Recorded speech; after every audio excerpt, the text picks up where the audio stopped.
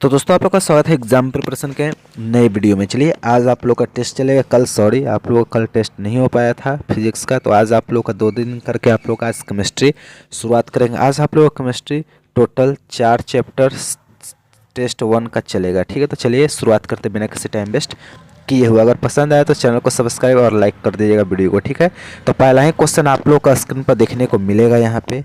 तो पहला प्रश्न आपको दिया गया यहाँ पे, देखेंगे ध्यान से। तो पहला प्रश्न बोल रहा है आप लोग को, विच among the following is not an example of amorphous solid. तो आपके स्क्रीन पर 4 आप लोग को ऑप्शन दिया गया है। पहला ऑप्शन में है कोक, दूसरा ऑप्शन में है क्वार्ट्ज, तीसरा ऑप्शन में है ग्लास, डी ऑप्शन में है आपका प्लास्टिक। तो अगर आप लोग का जो भी आंसर है आप लोग मुझे क्या कर सकते हैं, आप लोग मुझे लाइव चैट में आप लोग अपना आंसर बता देंगे। तो लास्ट में जो आंसर की रिलीज़ करूँगा उसमें आप लोग मिला लीजिएगा, या तो मैं ही बता दूंगा आप लोग को कितना नंबर आया। तो मैं तो जाऊंगा क्वार्ज के साथ, आप लोग अपना आंसर मुझे कमेंट कर दिएगा। चलिए दूसरा फटाक से देख लेते हैं।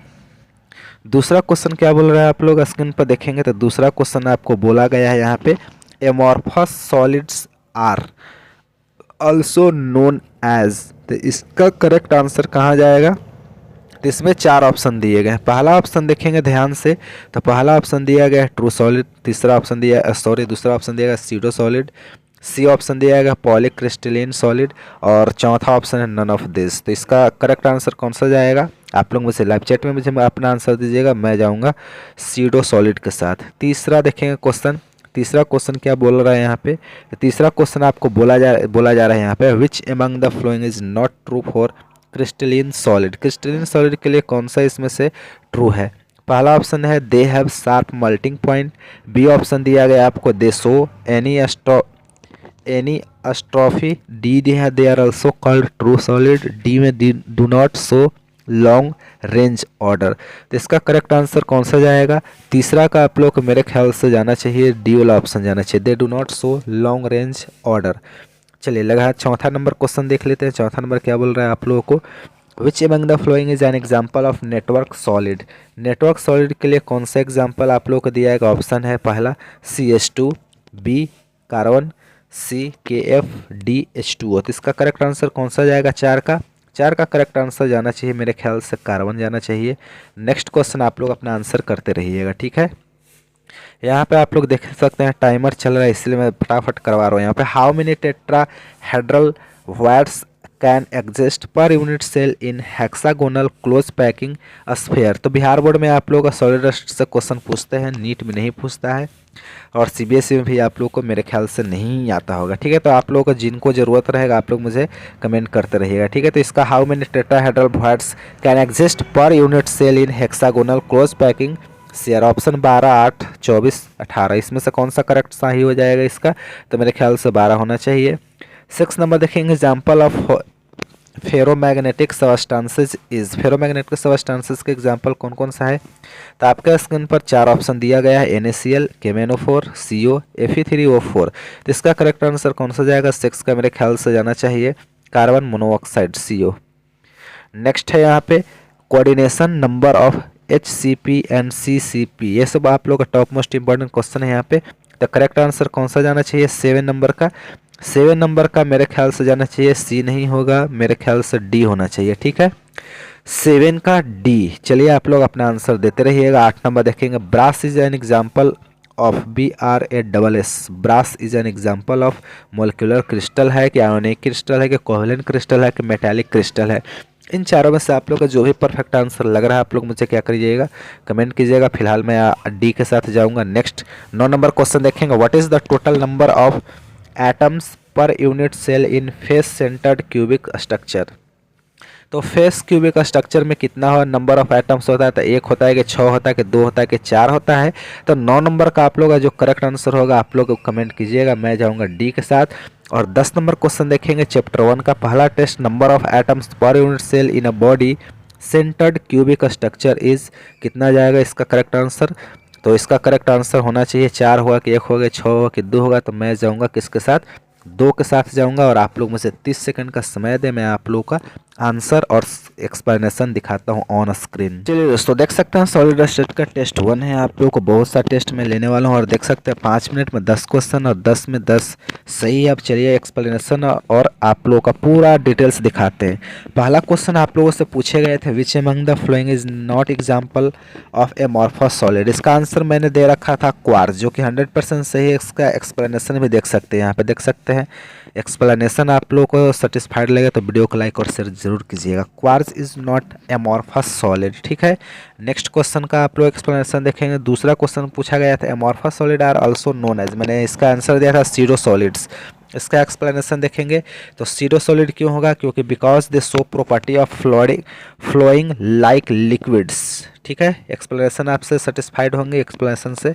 तीसरा क्वेश्चन पूछे गए थे आप लोगों से यहाँ पे, विच among the following is not true for crystalline solid. Crystalline solid के लिए कौन सा आप लोग का सही नहीं था, तो do not show long range order. जबकि ये क्या करता है crystalline solid, the atomic pattern repeats itself after long distance, यानी कि क्या करता है बहुत लंबे डिस्टेंस तक जाता है। Therefore they have long range orders, समझ गए। ये एक्सप्लेनेशन आप लोग को सेटिस्फाइड करेगा। 4 नंबर देखेंगे, विच among the following is an example of network solid. Network solid के लिए कौन सा एग्जाम्पल परफेक्ट था, तो मैंने कार्बन दिया था, जो कि 100% सही था। इसका आप लोग देख सकते हैं एग्जाम्पल भी, सॉरी एक्सप्लेनेशन भी आप लोग को दे रखा है। Carbon is network solid due to its tendency to form catenation, ठीक है। इसका भी आप लोग का सही है। नेक्स्ट क्वेश्चन देखेंगे 5वां नंबर।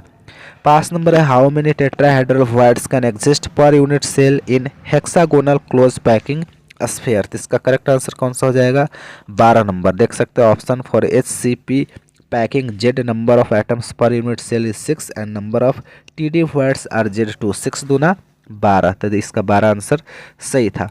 6 नंबर देखेंगे, एग्जाम्पल ऑफ फेरोमैग्नेटिक सबस्टांसेस। कौन सा ferromagnetic substances, CO। This is a fact, ये क्या है आप लोगों का 100% सही है। 7 नंबर देखेंगे, coordination number of HCP and CCP is. इसका करेक्ट आंसर देखेंगे, एक्सप्लेनेशन दिया गया है। इन HCP and CCP lattice each atom is surrounded by 12 other atoms, therefore HCP and CCP lattice have coordination number is 12, ठीक है। इसका 12 answer हो जाएगा। 8वां नंबर देखेंगे। 8 नंबर क्या बोल रहा है आप लोग को, brass is an example of, आप लोग किसका था, मेटालिक क्रिस्टल, डी ऑप्शन, यानी कि brass is a metallic crystal, जो कि 100% सही है। 9 नंबर देखेंगे, what is the total number of atoms per unit cell in a face centred cubic structure. इसका देखेंगे, इसका भी आंसर क्या था, मैंने लगाया था डी, जो कि 100% सही है। एक्स का एग्जाम्पल भी देख सकते हैं, इन SCP each atom at cornel contributes 1 per unit cell, while atoms at face centers contribute 3 to each unit cell. So total number of atoms per unit cell is 4. Last का देख सकते हैं example, the number of atoms per unit cell in a body centred cubic structure is, 2 लगाया था मैंने, देख सकते हैं। Atoms at corner contribute 1 to a unit cell and 1 atom is present in a body center contribute 1. So total number of atoms per unit cell is 2। तो इसका आप लोग का 10 का हो गया। तो चलिए अब आप लोग का टेस्ट दूसरा, यानी कि आप लोग का चैप्टर दूसरा की ओर हम लोग बढ़, दूसरा टेस्ट यानी कि सॉल्यूशन का आप लोग देखेंगे। यहाँ पे चैप्टर नेम भी दिया गया, सॉल्यूशन का भी पहला ही टेस्ट है। तो आप लोग एग्जांपल देखेंगे। सबसे पहला क्वेश्चन पूछ रहा है आप लोग को, example of solution of liquid in gas is. 4 option दिया गया, mercury in gold, alcohol in water, moist air, dry air. तो इसका करेक्ट आंसर कौन सा हो जाएगा, तो आप लोग मुझे कमेंट करके बताएंगे, तो मैं तो जाऊँगा मॉइस्ट एयर के साथ। दूसरा क्वेश्चन देखेंगे फटाक से। दूसरा क्वेश्चन बोला गया यहाँ पे देखेंगे तो, molality of a solution relates the, यहाँ पे 4 ऑप्शन दिया गया, moles of solution and mass of solution, moles of solute and यहाँ पे आप लोग का दिया गया है मास ऑफ सॉल्वेंट। तो इसमें से जो आप लोग को करेक्ट लगे आप लोग मुझे कमेंट करके बताइएगा। 4 ऑप्शन दिया गया है, मैं जाऊँगा बी के साथ। तो चलिए बी मैंने लगा दिया है, तो थोड़ा सा आप लोग मुझे 1 मिनट। चलिए दोस्तों, सॉरी फॉर द डिस्टर्बेंस। इसका आंसर कौन सा हो जाएगा आपका, molality of a solution relates the, किससे रिलेट किया था, तो moles of solute and mass of solvent. तो चलिए तीसरा क्वेश्चन देखेंगे। तीसरा क्वेश्चन आप लोगों को बोला गया, विच लॉ, यानी कि विच नियम, यानी कि जो नियम, which law show relation between pressure and solubility of gas in solvent. कौन सा जो नियम है इन दोनों को रिलेट करता है। पहला आपका ऑप्शन है ली चैटरलियर्स प्रिंसिपल, दूसरा rate law, Raoult's law, Henry law. तो इसमें से कौन सा करेक्ट आंसर होगा तीसरा का, तो आप लोग मुझे कमेंट करके बताएंगे। तो मैं तो जाऊंगा हेनरी लॉ के साथ, आप लोग किस लॉ के साथ जाएंगे आप लोग मुझे कमेंट करेंगे। चौथा नंबर बोल रहा है क्वेश्चन आपके स्क्रीन पर, 4 नंबर क्वेश्चन बोला गया यहाँ पे, for ideal solution the enthalpy of mixing of the pure components to form the solution is. 4 option दिए गए यहाँ पे, none of this, delta H mix बराबर 0, डेल्टा एच मिक्स बराबर positive, delta H mix minus negative. तो इसका correct answer कौन सा हो जाएगा 4 का। तो मैं जाऊंगा बी के साथ, आप लोग मुझे बताइएगा आप लोगों का क्या आंसर है। 5वां देखिएगा, for ideal solution of the volume of mixing of the pure components from the solution is. तो हमें भी लगता है सेम ही क्वेश्चन है, तो 5 का कौन सा आंसर जाएगा, 5 का भी सी ही जाएगा। नेक्स्ट क्वेश्चन देखेंगे 6 number, molarity of the solution is. Molarity of the solution is क्या हो जाएगा, 4 ऑप्शन दिया गया है। पहला ऑप्शन है the number of moles of the solute dissolve पर kilogram of the solvent, the number of moles of solid dissolved per liter of the solution, the number of gram mole of the solid dissolved per ml of the solution, number of grams of solid dissolved per kilogram of solvent। तो 6 का क्या जाएगा answer आप लोगों का, 6 का मेरे ख्याल से बी नंबर जाना चाहिए, बी आप लोग का सही होगा। नेक्स्ट क्वेश्चन देखेंगे 7 number, Raoult's law states that for a solution of volatile liquid the partial pressure of each component in the solution is. तो 7 नंबर का कौन सा करेक्ट जाएगा, 7 नंबर का आप लोग का जाएगा यहाँ पे directly proportional to the mole fraction, 7 का बी हो जाएगा। 8वां क्या हो जाएगा देखिए, minimum boiling azeotrope is form by the solution which show. 8 का क्या जाएगा यहाँ पे, 8 का मेरे ख्याल से जाना चाहिए ए होगा, large positive deviation from Raoult's law. 9 number देखेंगे, which of the following is a colligative property. तो which of the following is a colligative property, 9 number का कौन सा करेक्ट होना चाहिए, तो 9 का आप लोग का जाएगा यहाँ पे ऑस्मोटिक प्रेशर। ठीक है, 4 ऑप्शन दिया था, heat vaporisation, osmotic pressure, dipole moment, change in free energy. तो इसका करेक्ट आंसर कौन सा होना चाहिए, ऑस्मोटिक प्रेशर मैं दिया हूँ, आप लोग अपना आंसर दीजिएगा।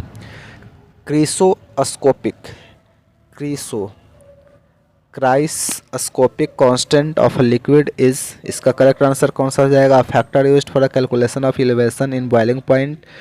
तो आप लोग का 10 का आप लोग का कौन सा आंसर जाना चाहिए, तो पहला तो होगा नहीं, दूसरा देखिए decreasing in freezing point when 1 mole of solute is dissolve per KG of the solvent, मेरे ख्याल से होना चाहिए बोला। ठीक है, तो चलिए इसी को हम लोग लगाएंगे, आगे ऑप्शन नहीं पढ़ेंगे। चलिए आप लोग मुझे 30 सेकंड दे, आप लोग को मैं अपडेट करता हूँ आप लोगों का सॉल्यूशन और एक्सप्लेनेशन।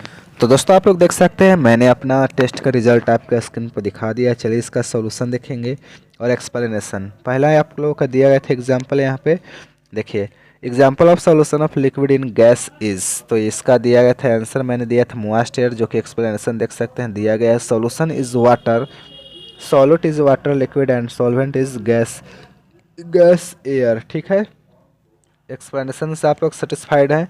दूसरा देखेंगे, molarity of solution relates the moles of solute and mass of solvent. इसका एक्सप्लेनेशन है molarity is a number of moles of solute dissolve in पर केजी ऑफ सॉल्वेंट।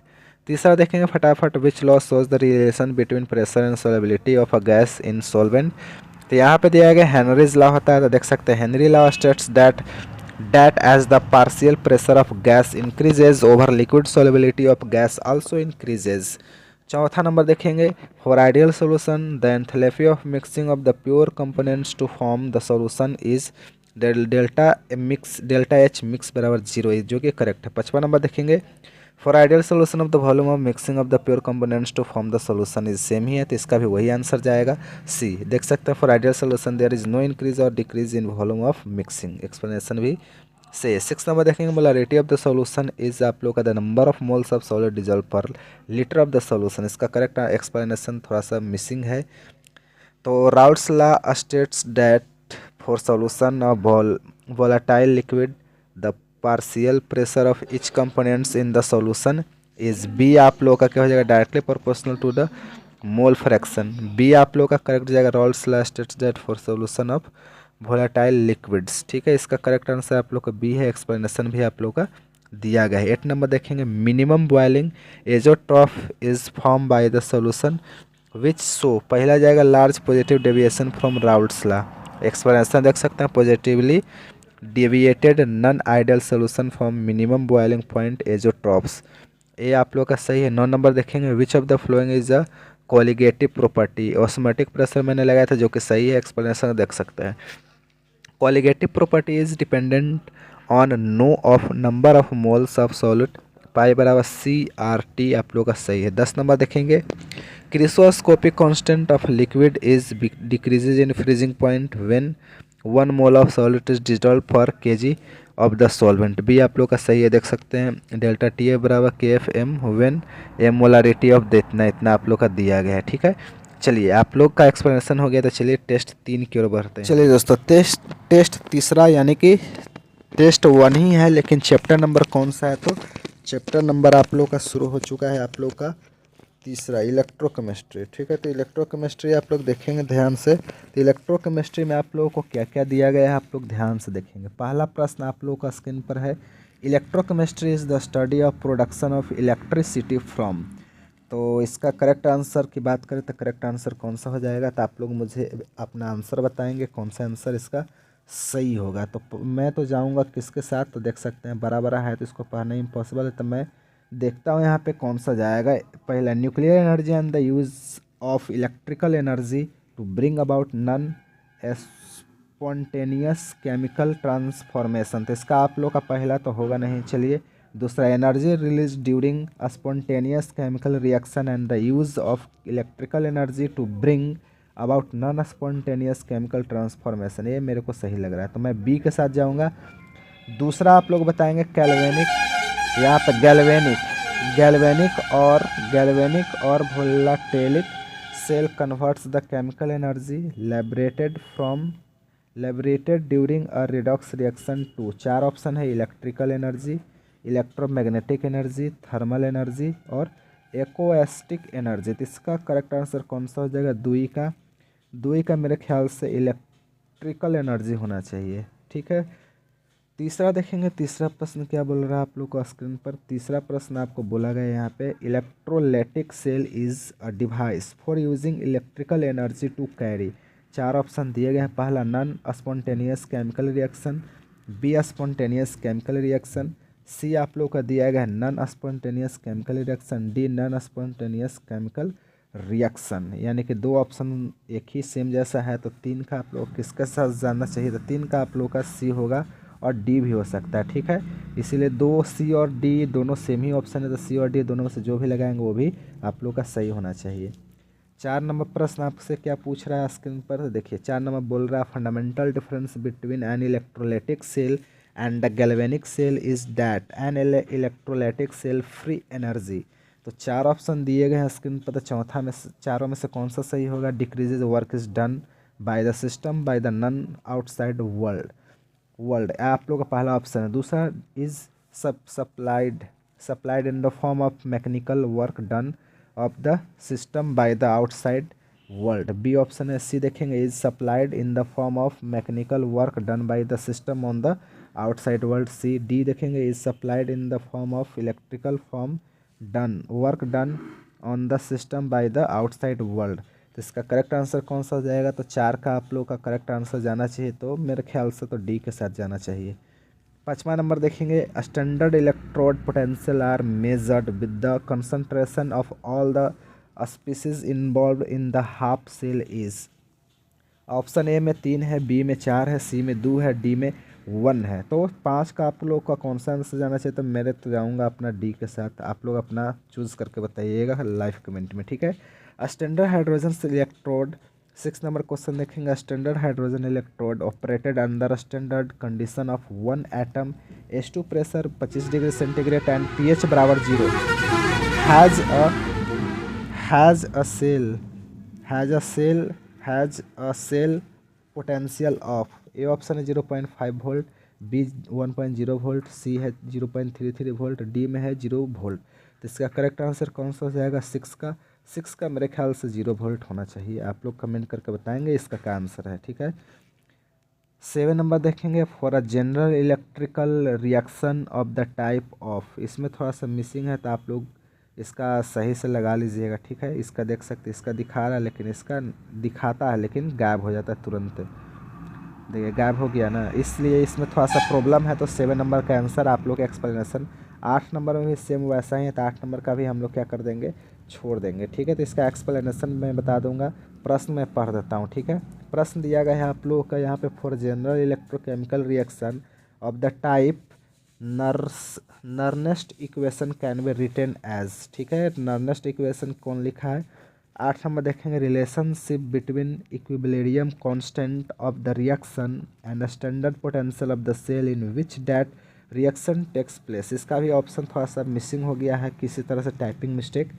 9 नंबर देखेंगे, 9 नंबर में कुछ वैसा ही है। तो इस सब का मैं एक्सप्लेनेशन दिखा दूँगा जिससे आप लोगों को दिक्कत नहीं हो। देखिए प्रश्न मैं पढ़ देता हूँ यहाँ पे। प्रश्न बोल रहे हैं यहाँ पर, the reversible work done by the galvanic cell is equal to decreases in its Gibbs energy, and therefore if the EMF of the cell is E and NF is the amount of charge passed and delta RG is the Gibbs energy of the reaction, then इस चारों में से आप लोग का जो explanation होगा मैं दिखा दूँगा। 10 का भी वैसा ही आप लोगों को मिलेगा, क्योंकि थोड़ा सा सर्वर के वजह से ये सब हो रहा है। Molar conductivity denotes by the symbol delta M is related to the conductivity of the solution of the equation. चलिए इस सब का मैं एक्सप्लेनेशन दिखाता हूँ। तो दोस्तों देख सकते हैं मेरा 6 नंबर आया हुआ है, तो आप लोग को अब कितने नंबर आया आप लोग मुझे कमेंट करिए। इसका सोल्यूशन और एक्सप्लेनेशन देखेंगे। तो पहला electrochemistry is the study of production of electricity form is, इसका आप लोग का मैंने बी लगाया था जो कि 100% सही था। इसका एक्सप्लेनेशन देख सकते हैं, electrochemistry is a branch of chemistry that deals with the production of electricity from a chemical relation और carrying out a non spontaneous reaction using electricity, ठीक है। दूसरा देखेंगे, गैल्वेनिक और voltaic cell converts the chemical energy liberated during a redox reaction to electrical energy. इसका explanation देखें, galvanic cell converts chemical energy to electrical energy. अभी ऐसे भी आप लोगों को पता है गैल्वेनिक सेल क्या करता है, कन्वर्ट करता है chemical energy to electrical energy में, ठीक है। चलिए नेक्स्ट क्वेश्चन देखेंगे, तीसरा, electrolytic cell is a device for using electrical energy to carry. तो इसका करेक्ट आंसर था non spontaneous chemical reaction. D भी लगाते तो भी आप लोग का सही हो जाता है। इसका एक्सप्लेनेशन देखेंगे, तो electrolytic cell converts non spontaneous chemical reaction to electrical energy using electricity. 4 number देखेंगे, fundamental difference between an electrolytic cell and the galvanic cell is that in an electric cell free energy. इसका correct answer मैंने दिया था D. इसका explanation देख लेंगे, यहाँ पे दिया गया है, in electrolytic cell electrical energy is converted into a chemical energy. 5 number देखेंगे, standard electrode potential are measured with the concentration of all species involve in a half cell is. इसका मैंने आंसर दिया था D 1। Under standard condition concentration of every species is taken as 1, जो कि 100% सही है। 6 का देखेंगे एक्सप्लेनेशन आप लोग, तो यहाँ पर standard electrode potential of hydrogen electrode is taken as 0 volt, ठीक है। यहाँ पे आप लोग का डी ऑप्शन सही होगा। 7 नंबर देखेंगे, इसका दिया गया था एक्सप्लेनेशन नहीं पता चल रहा था, एक्सप्लेनेशन भी आप लोग का नहीं है, ठीक है। चलिए इसके लिए खेद है, यहाँ पे इसका एक्सप्लेनेशन दिया गया, ठीक है। प्रश्न आप लोग देखेंगे 8 number, relationship between equilibrium constant of the reaction and standard potential of the cell in which that reaction takes place is. इसका एक्सप्लेनेशन देख सकते हैं, at equilibrium E cell becomes 0, यानी कि इसका 0 आंसर सही हो जाता है 8 का, ठीक है।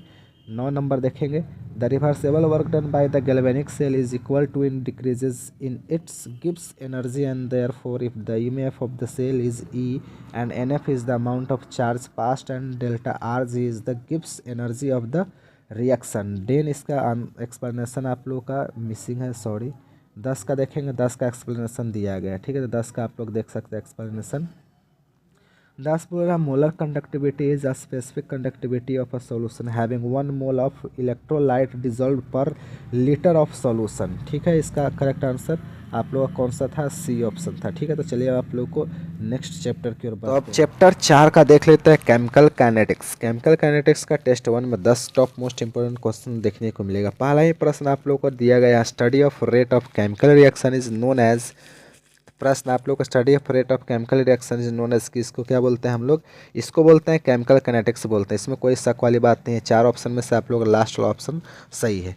दूसरा नंबर क्वेश्चन है, which among the following as an instantaneous reaction is. पहला ऑप्शन है precipitation of silver chloride, B option है rusting of iron, C option है burning of a long wood, D है आपको हाइड्रोलिसिस ऑफ स्टार्च। इसका आप लोग का कौन सा होना चाहिए, मैं जाऊंगा एक साथ, आप लोग का आंसर कौन सा है कमेंट करके मुझे बताइएगा। तीसरा, the rate of reaction can be measured as. पहला option rate of appearance of the product, B है आपका बोथ बी और सी, सी है rate of appearance of reactant, D है आप लोग का rate of disappearance of reactant.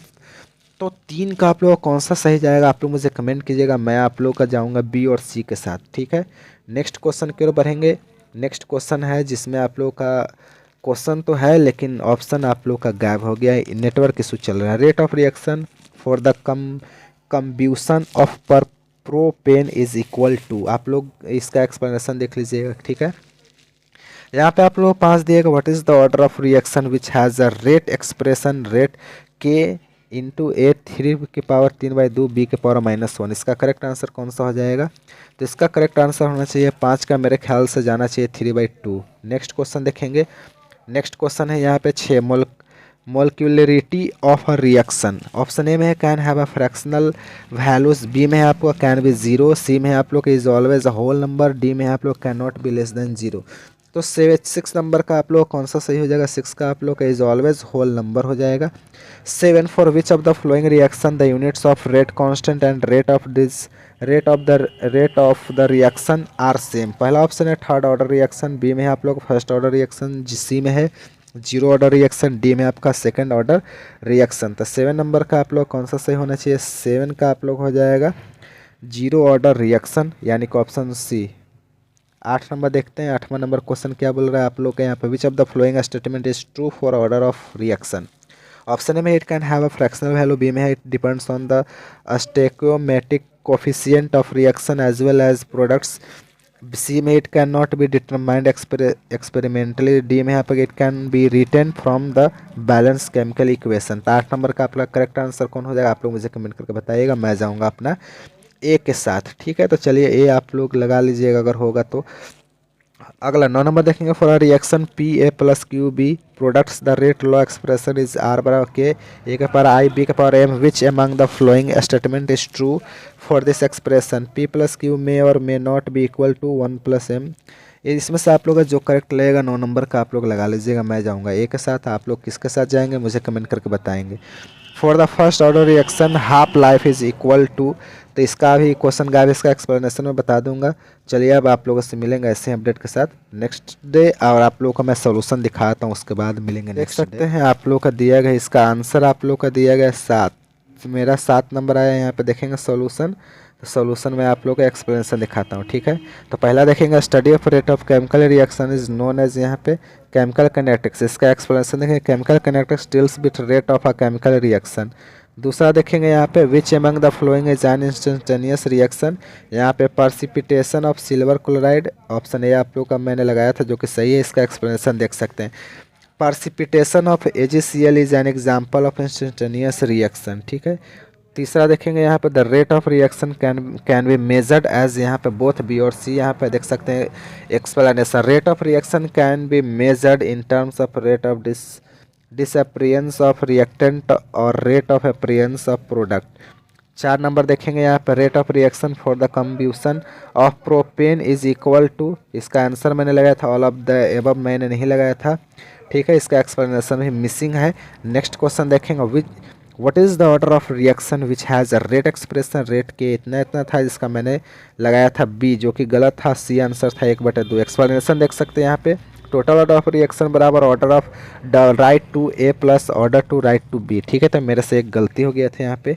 Next question देखें, मोलिकुलरिटी ऑफ अ रिएक्शन क्या हो जाएगा, is always a whole number, इसका एक्सप्लेनेशन देख सकते हैं। Molecularity means minimum number of atoms molecules or ions which undergo collision of conservation of the reactant to product, so it is a whole number of cannot be fractional or negative. 7 number देखेंगे, which of the following reaction the unit of rate constant and the rate of reaction are same. इसका correct answer मैंने लगाया था zero order reaction. तो देख सकते हैं यहाँ पे एक्सप्लेनेशन रेट बराबर के रिएक्टेंट जीरो। 8 नंबर देखेंगे, which of the following statement is true for the order of a reaction. तो इसका मैंने लगाया था इट कैन फ्रैक्शनल वैल्यू।